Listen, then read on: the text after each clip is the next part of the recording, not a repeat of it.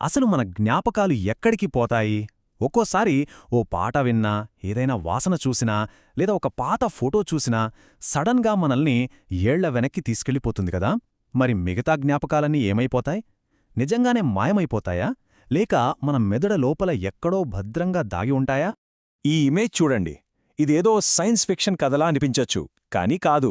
మన గతం, మన ఎప్పుడో మర్చిపోయామనుకున్న క్షణాలు, మనం ఊహించిన దానికంటే మనకు చాలా దగ్గరగా ఉండొచ్చు అనే ఒక అద్భుతమైన వాస్తవాన్ని చూపిస్తోంది చిత్రం. ఒక్క క్షణం ఆలోచించండే. మనం మర్చిపోయిన ఒక ముఖ్యమైన జ్ఞాపకం పూర్తిగా చిరిగిపోలేదు, మన బ్రెయిన్లో ఒక గదికి తాళం వేసి లోపల పెట్టారని తెలిస్తే ఎలా ఉంటుంది? మరి ఆ తాళం చెవి దొరికితే? సరే, దీని గురించి ఇంకాస్త లోతుగా చూద్దాం. మనందరికీ చాలా కామన్గా ఎదురయ్యే ఒక ఫీలింగ్తో మొదలు పెడదాం. మనందరికీ ఈ అనుభవం అయ్యే ఉంటుంది కదా. ఒకరి పేరు అరే నాలుక మీదే ఉంది కాని బయటకు రాదు, లేదంటే చిన్నప్పటి స్వీట్ మెమరీ ఏదో మసగ్గా గుర్తొస్తోంది కాని క్లియర్గా కనిపించదు.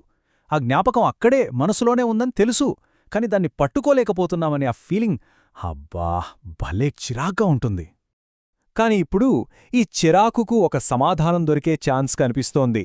ఇది మనల్ని సెకండ్ సెక్షన్కి తీసుకువెళుతుంది, ఒక తాళం చెవిని కనుక్కోవడం.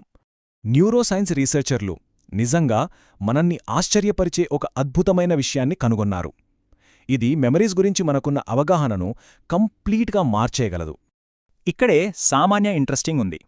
పరిశోధకులు మనం మర్చిపోయిన జ్ఞాపకాల్ని తిరిగి తీసుకురాగల ఒక అరుదైన బ్రెయిన్ స్టేట్ని కనుగొన్నారు. ఇక్కడ మనం గమనించాల్సిన ముఖ్యమైన పదం అన్లాక్ చేయడం. అంటే ఆ జ్ఞాపకాలు డిలీట్ అవ్వలేదు, జస్ట్ లాక్ చేయబడ్డాయంతే. అయితే ఈ మెదడు స్థితి అంటే ఏంటసలు? సింపుల్గా చెప్పాలంటే అదొక స్పెషల్ పాస్వర్డ్ లాంటిది. మన బ్రెయిన్లోని న్యూరాన్లు ఒక పర్టిక్యులర్ ప్యాటర్న్లో యాక్టివేట్ అయినప్పుడు ఆ పాస్వర్డ్ ఎంటర్ చేసినట్టు లెక్క. అప్పుడు లాక్ అయ్యున్న కొన్ని మెమరీస్కి డోర్ ఓపెన్ అవుతుంది. అంటే ప్రతి జ్ఞాపకానికి ఒక సపరేట్ తాళం ఉన్నట్టే ఆమాట. ఇది మనల్ని చాలా ముఖ్యమైన ఒక పాయింట్కి తీసుకొస్తుంది.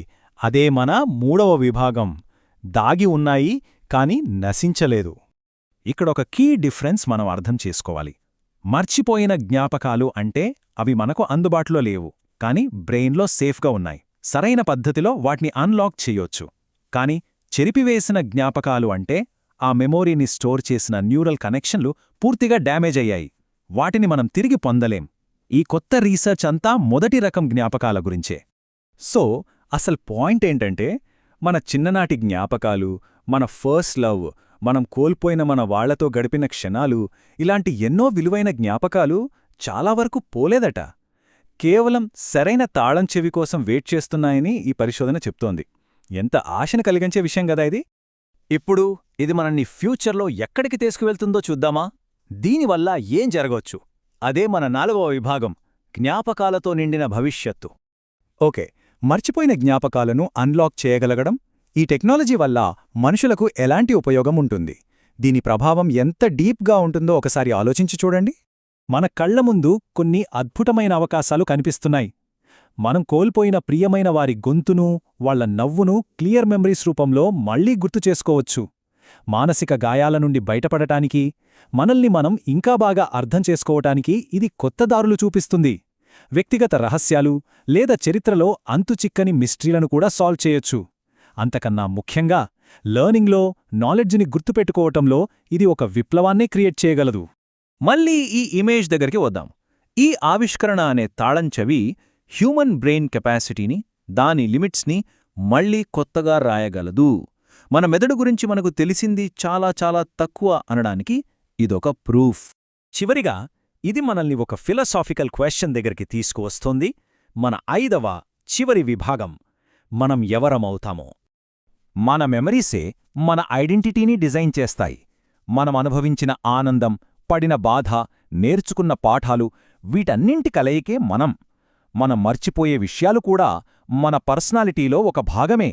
అయితే ఇక్కడే అసలు ప్రశ్న మొదలవుతుంది.